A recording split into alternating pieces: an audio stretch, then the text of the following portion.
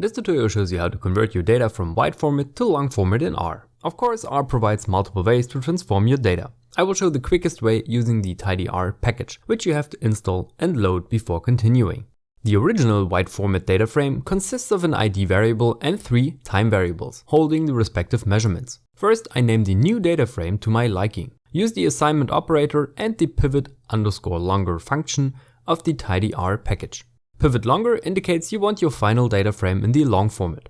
Next up, I will name the original wide format data frame. This is followed by the column names or the column numbers holding the respective measurements. The next argument, names_to, is for giving the time variable a proper name. You can use whatever you like, the only requirement is the use of quotation marks.